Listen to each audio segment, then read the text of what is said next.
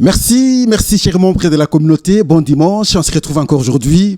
En tout cas, merci, comme je vous avais promis hier samedi, qu'on devrait se rencontrer une fois de plus aujourd'hui, dimanche, pour analyser quelques questions d'actualité.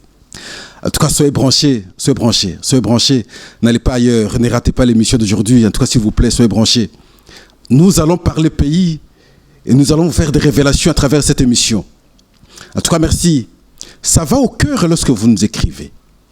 Ça va au cœur lorsque vous nous appelez. Vous nous aidez à pouvoir comprendre ce que nous devons faire. En tout cas, merci. Merci. Bon dimanche.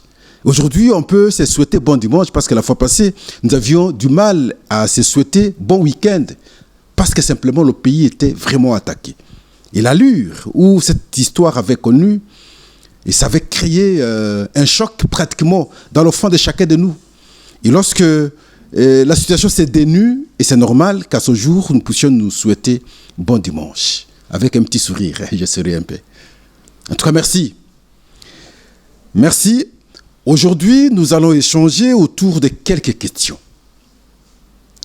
Comme nous vous avons promis hier samedi. La première question, c'est en rapport avec l'invitation à l'auditorat militaire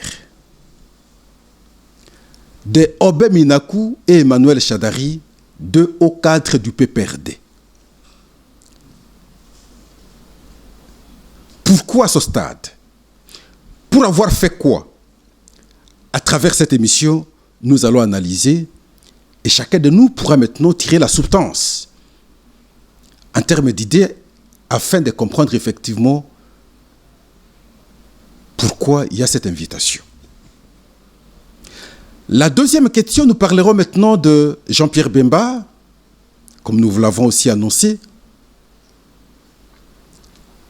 où il a accusé clairement Joseph Kabila d'être responsable.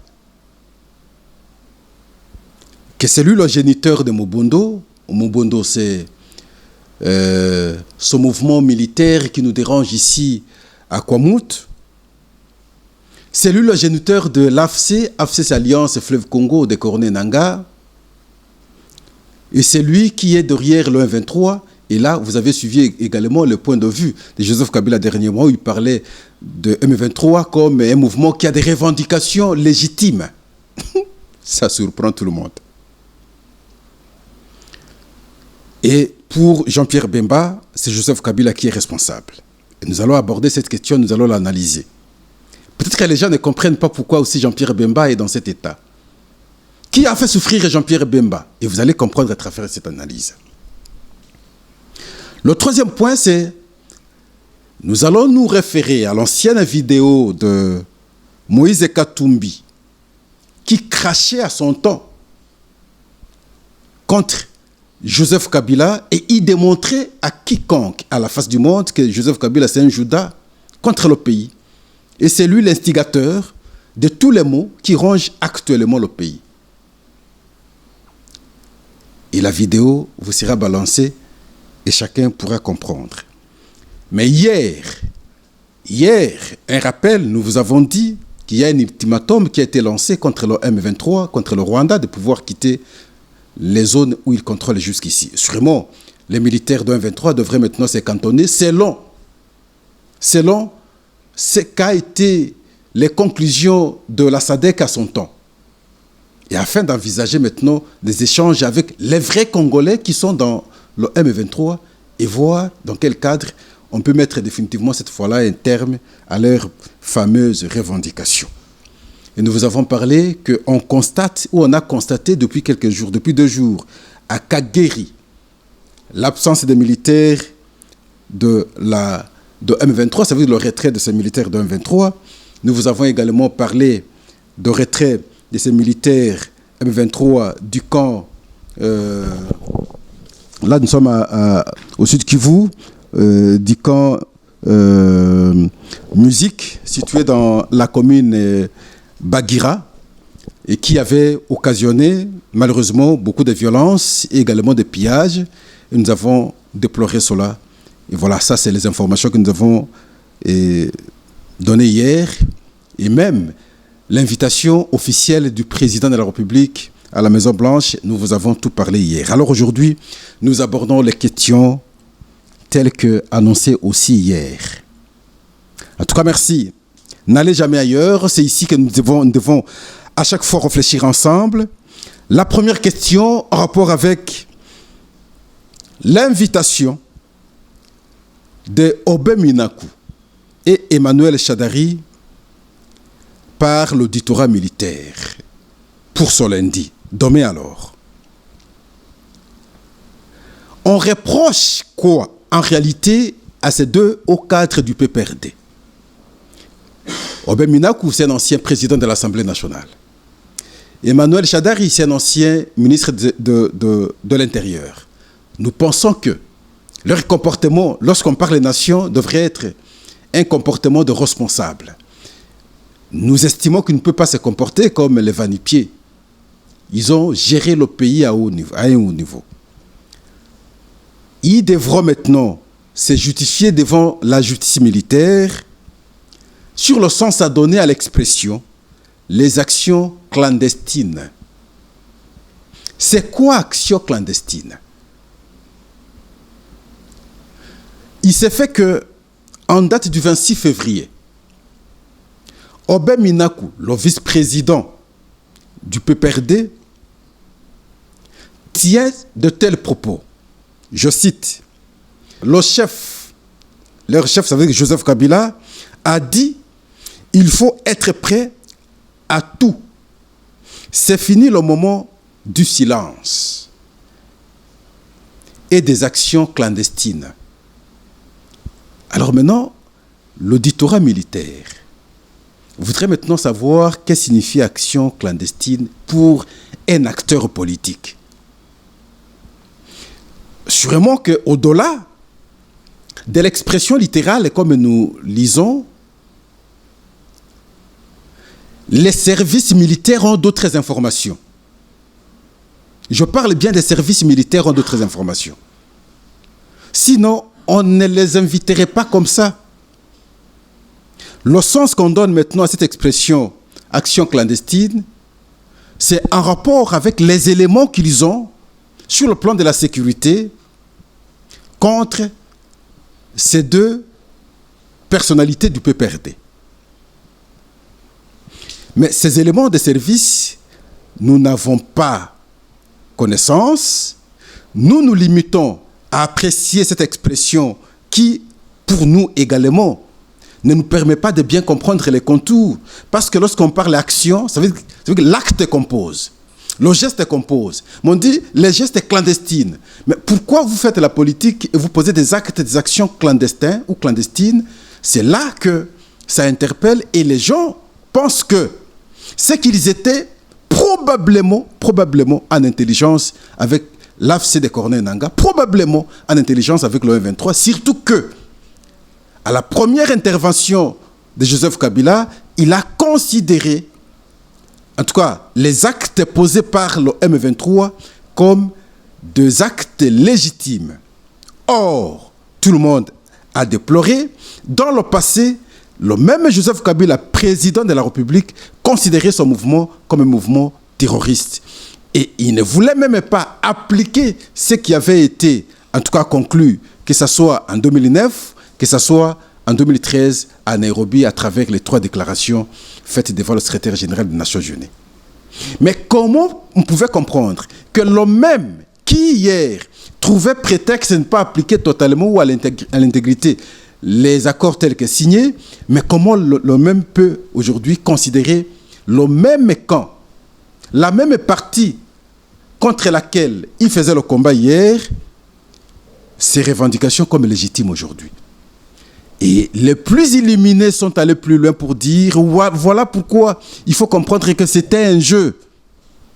Il était en intelligence avec les mêmes personnes, c'était un jeu. Le jeu était de faciliter les brassages et les ceci pour s'installer suffisamment au pays. Et aujourd'hui, avec le temps, vous voyez comment nous avons des difficultés pour asseoir normalement notre armée. Alors, nous allons attendre. Ils vont passer à l'auditorat militaire. Ils vont se justifier. Sûrement, il y aura beaucoup de questions. Ils seront opposés à certains éléments. Et seulement à la fin, que nous serons fixés demain, alors lundi, on aura compris le sens exact maintenant des actions clandestines.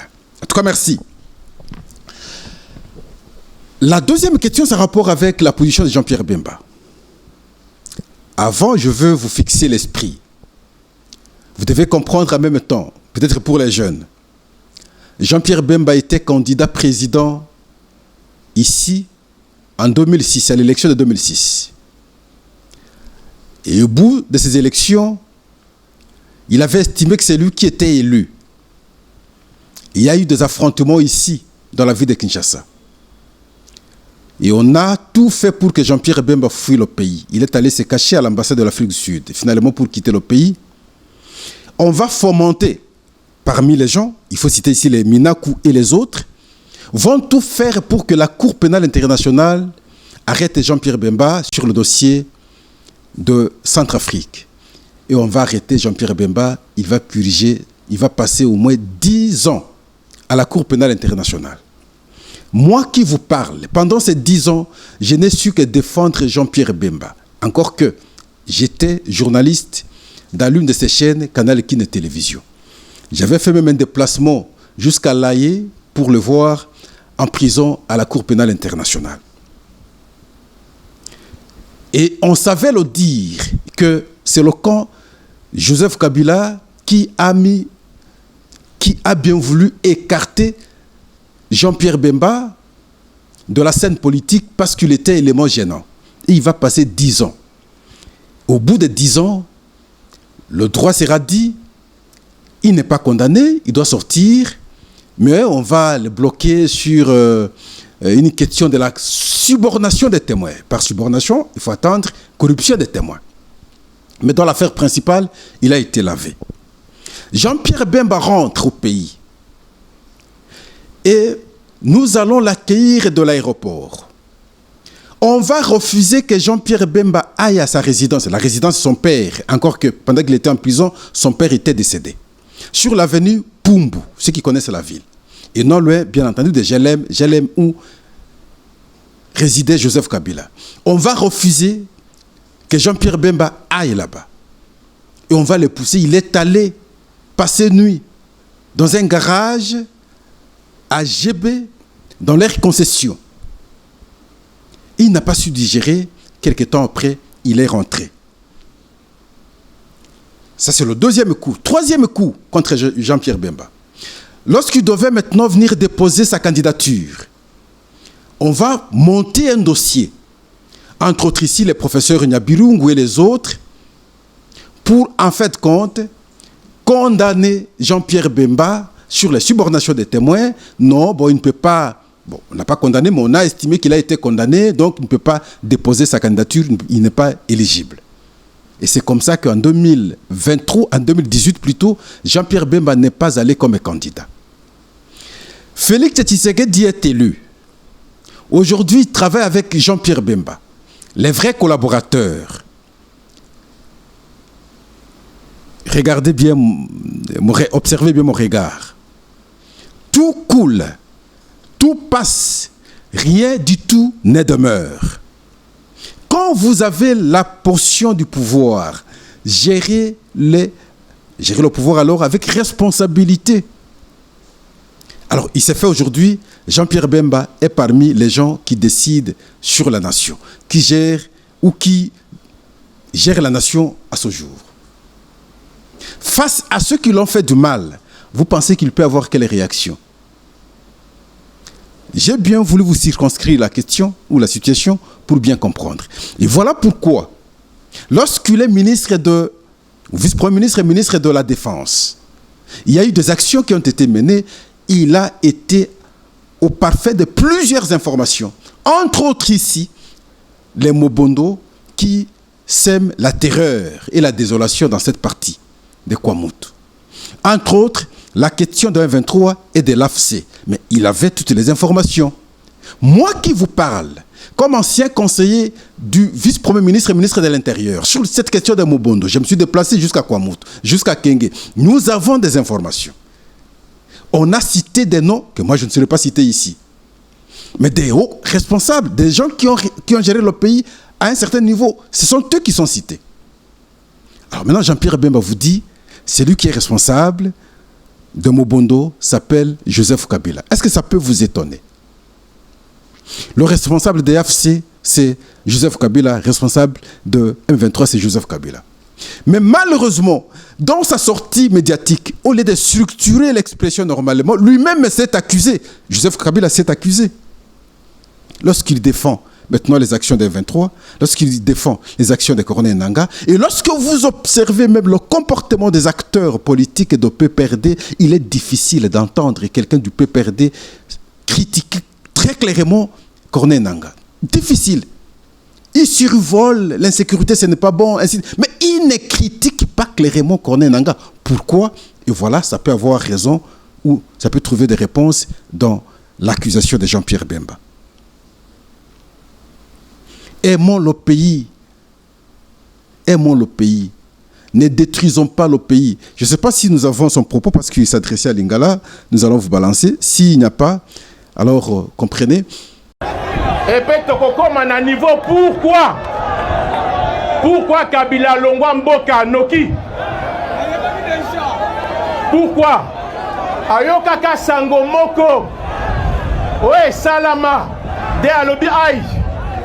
Wana soki zaboye ba moni loboko na ngai débat azui avion à Kelumbashi à Kati Zambie yemo ko ebeti na nango meti na wana ezali donc plan na bango ezalaki awa babumisa biso baningaki bakoma tina Maluku elobi nini Kinshasa baba komisa bitume comme la Kinshasa.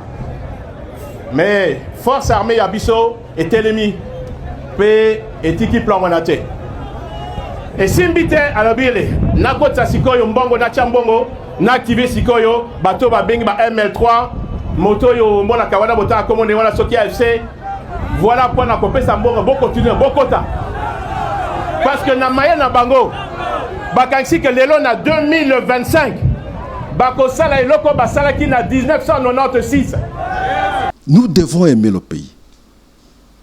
Joseph Kabila, depuis son entrée au pouvoir, depuis 2001, a toujours été accusé par les Congolais. Je n'ai jamais compris pourquoi. C'est qu'il y a quelque chose. Un jour, même par sa propre famille, on les considère qu'il n'est pas Congolais. Un autre jour, nous allons trouver des révélations de l'extérieur, des sénateurs, on dit, et voilà, on a tout fait. Et d'ailleurs, je peux même vous balancer l'élément. Suivez cet élément. Je crois que c'est un parlementaire européen qui parle de Joseph Kabila. Suivez d'abord. Au nom du groupe Europe des Nations et des Libertés, M. Schaffhauser. Je voudrais d'abord remercier mes collègues, une fois n'est pas coutume, pour leur pertinence sur l'analyse du Congo et plus particulièrement M. Pitella. C'est un pays que j'aime beaucoup. J'ai moi-même été auprès du vice-président dans la période de transition, Zaïdine Goma, et j'ai suivi cette transition en étant un des acteurs. La difficulté du Congo RDC, c'est sa richesse. Puis-je rappeler que Laurent Désiré Kabila était allé chercher, on est allé le chercher parce que l'Ouganda et le Rwanda avaient décidé, sur ordre d'une puissance extérieure, je peux donner des précisions, d'envahir le pays. Puis-je rappeler que pendant que Laurent Désiré Kabila envahissait le pays, un certain nombre de sociétés signaient des contrats. C'était des sociétés américaines. Puis-je aussi rappeler que lorsque Laurent Désiré Kabila se retourna en étant un patriote pour son pays, on décida, ici à Bruxelles, j'ai eu l'information, je peux dire de qui, il est décédé depuis, son élimination, et qu'on est allé à Washington chercher également l'ordre, et il fut éliminé 15 jours après. Et puis-je rappeler qu'on est allé chercher alors Joseph Kabila en se disant, ce jeune, on le manipulerait parce qu'il n'était pas il était de nationalité rwandaise et qu'on allait en faire un président. Tout ceci est de la manipulation. Ce qu'il faut pour la République démocratique du Congo, c'est une souveraineté retrouvée, une armée qui se batte effectivement, une MONUSCO qui est au service de la paix et qu'on arrête les prédateurs qui sont liés au crime organisé et avec des États hypocrites liés à des multinationales. Je vous remercie. Donc, depuis 2001, on l'a toujours accusé comme ça. S'il n'est pas rwandais, il est ceci. Donc, on ne l'a jamais trouvé comme un vrai Congolais. C'est quoi le problème en réalité? Est-ce qu'il y a une certaine vérité cachée quelque part que nous ne savons pas? Ça fait mal. Même par sa propre famille, les enfants de son père ne les considèrent pas que c'est leurs frères. Même l'affection avec sa maman, les gens ont toujours douté que maman Sifa, ce n'est pas sa maman parce qu'on n'a jamais vu avec sa maman. Ça a toujours été ainsi la lecture de plusieurs gens sur la personne de Joseph Kabila. Ça cache quoi en réalité? Ça va se savoir un jour. Comme si cela ne suffisait pas, je dis bien, comme si cela ne suffisait pas, lorsqu'il faut encore revisiter l'histoire, vous allez trouver Moïse Katumbi, l'ancien collaborateur de Joseph Kabila, gouverneur pendant que Joseph Kabila était président, il lui était gouverneur du Katanga pendant beaucoup d'années. Ils vont se séparer. Lorsqu'ils vont se séparer, il va parler de 3 penalties. Ça veut dire qu'il n'a pas été élu. Il va parler du poison. Joseph Kabila l'a empoisonné. Et finalement, il va se retrouver en exil. Tout ça. Il a eu à réaliser des vidéos reçues par des médias étrangers. Il a organisé des émissions. Dans ces émissions, il affirme, il dit, Joseph Kabila, c'est un Judas. Joseph Kabila n'a jamais aimé le Congo. Ça, c'est Moïse Katumbi. Ce n'est pas Pascal Ouandje. Il a tué à l'Est. C'est lui le responsable de l'insécurité en République démocratique du Congo.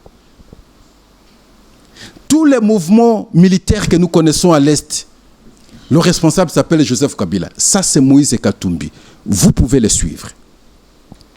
Qu'il y a 4 mois, Joseph Kabila vous a comparé à Judas, c'est-à-dire à la figure du traître. Il a même ajouté que vous devriez en assumer les conséquences, c'est menaçant. Or, Joseph Kabila compte encore beaucoup de fidèles dans l'appareil d'État. Est-ce que vous ne craignez pas un mauvais coup à votre retour? Ce n'est pas surtout à Joseph Kabila de me traiter de Judas. Je crois qu'il doit lire la Bible. Aujourd'hui, Monsieur Kabila, il doit faire son examen de conscience. Il est resté au pouvoir de 2016 en 2018. Il a trahi la constitution congolaise. Il a trahi le peuple congolais. Il a tué à l'est du Congo, à Beni et dans le 2 Kasaï, l'insécurité qui règne aujourd'hui. Moi, je ne voulais pas rester avec l'incarnation du mal. C'est pourquoi j'ai quitté Kabila. Si lui peut se comparer au Christ, je demande à la population congolaise de nous juger. Pour moi, les Judas, c'est Kabila. Alors nous posons la question. À partir du moment où la lecture par la majorité des Congolais à votre égard est toujours négative, n'y a-t-il pas moyen de la soigner autrement? N'y a-t-il pas moyen de la soigner autrement? N'y a-t-il pas moyen de prouver le contraire? Mais je vous informe que dès la rentrée parlementaire prochaine, Assemblée nationale comme Sénat, probablement dans un congrès, on va apprécier comment enlever les immunités de Joseph Kabila parce que, vous savez, la loi l'a consacré comme sénateur à vie. Du fait de ces accusations, du fait de ces multiples violations, il faudrait maintenant enlever ces immunités de cette manière afin que la justice soit capable, soit à mesure, soit responsable de pouvoir les poursuivre. Ce projet, il est sur la table et vous allez constater dès la rentrée parlementaire, une question du genre sera soulevée afin qu'on y voit clair. On voit clair sur toutes ces accusations contre Joseph Kabila. Nous, on ne dit rien, mais on présente les faits comme pour dire, c'est pas toujours bon lorsqu'on ternit votre image de cette façon-là, mais malheureusement, au lieu de la soigner à travers une bonne communication, et vous vous accusez davantage par des postures d'accusation, de soutien à ceux qui tuent, pillent, détruisent notre pays. Ici, nous citons bien l'AFC et le M23. En tout cas, merci. Vos messages sont attendus. Et là où nous n'avons pas complété l'information, vous pouvez aussi nous compléter à travers les messages pour que nous soyons parfaits. En tout cas, merci. N'allez jamais ailleurs, c'est ici. Au revoir. Au début de la semaine. Lundi, alors demain, on se rencontre. Sûrement qu'on aura toutes les informations sur cette invitation des hauts cadres du PPRD à l'auditorat militaire. Merci.